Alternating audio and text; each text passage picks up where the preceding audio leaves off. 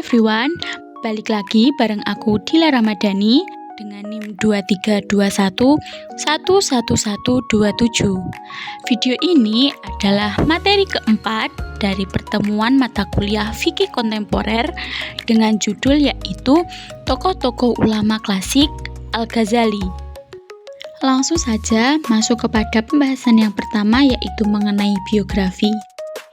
Al-Ghazali memiliki nama lengkap Abu Hamid Muhammad Ibnu Muhammad Ibnu Ahmad. Ia dilahirkan pada tahun 450 Hijriah atau 1059 Masehi di Tus, daerah Khurasan.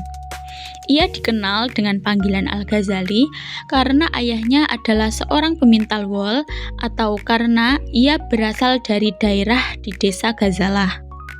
Beliau wafat pada tahun 505 Hijriah atau 1111 Masehi. Pendidikannya dimulai di daerahnya, yaitu belajar kepada Ahmad Ibnu Muhammad Al-Roskani Al-Tusi.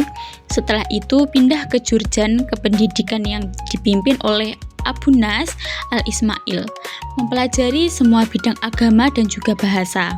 Setelah tamat, ia kembali ke Tus, belajar tasawuf dengan Syekh Yusuf Al-Nasaj yang wafat pada tahun 487 Hijriah.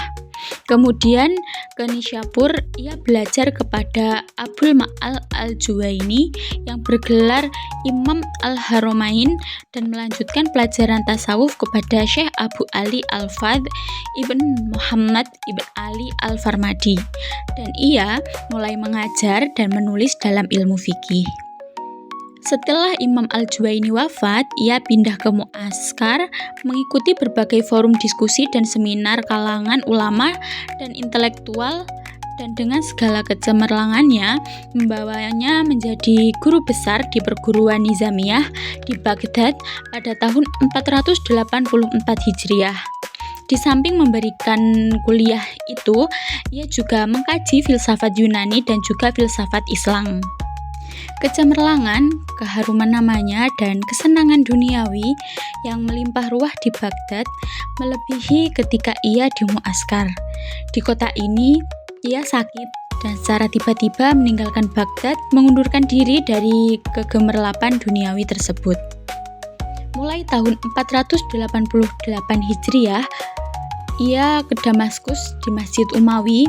Ia beriktikaf dan berzikir di puncak menara sebelah barat sepanjang hari dengan makan dan minum yang terbatas. Ia memasuki suluk sufi pergi ke Baitul Maqdis di Palestina. Setiap hari ia masuk Kubah Syahroh untuk berzikir. Ia juga ke Al-Khalil berziarah ke makam Nabi Ibrahim alaihi salam. Setelah dari Palestina, ia melaksanakan ibadah haji di Mekah dan berziarah ke makam Rasulullah di Madinah. Ia pernah kembali ke Baghdad untuk mengajar di perguruan Nizamiyah Baghdad. Namun, tidak berapa lama kemudian, ia kembali ke Tus dan mendirikan kanaqoh untuk para sufi dan mendirikan madrasah untuk mengajar ilmu tasawuf. Karya-karya tulis Al-Ghazali meliputi berbagai bidang keislaman, kalam, fikih, filsafat, tasawuf, dan lain-lainnya yang berbentuk buku ataupun risalah.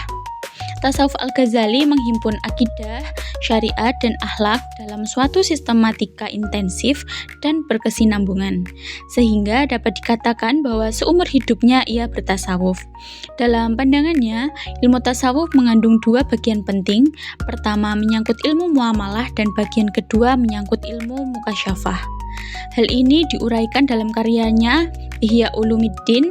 Al-Ghazali menyusun menjadi 4 bab utama dan masing-masing dibagi lagi ke dalam 10 pasal, yaitu bab pertama tentang ibadah, bab kedua tentang adat istiadat, bab ketiga tentang hal yang mencelakakan, dan bab keempat tentang makomat dan ahal. Menurutnya, perjalanan tasawuf itu pada hakikatnya adalah pembersihan diri dan pembeningan hati terus-menerus sehingga mampu mencapai musyahadah. Karena itu, ia menekankan pentingnya pelatihan jiwa, penempatan moral atau akhlak yang terpuji baik di sisi manusia maupun Tuhan. Imam Al-Ghazali yang bergelar Hujjatul Islam meninggal di kota kelahirannya pada hari Senin 14 Jumadil Akhir 505 Hijriah. Pemikiran klasik Al-Ghazali tidak hanya pada bidang tasawuf, namun juga pada bidang ekonomi atau muamalah. Kesimpulannya, Al-Ghazali adalah seorang ulama klasik yang memiliki pemikiran klasik, tidak terpaku pada tasawuf saja, namun pada aspek lainnya juga. Mungkin cukup itu yang dapat aku sampaikan. Apabila terdapat salah kata maupun ucapan, aku mohon maaf yang sebesar-besarnya. Thank you for your attention. See you in the next video and bye-bye.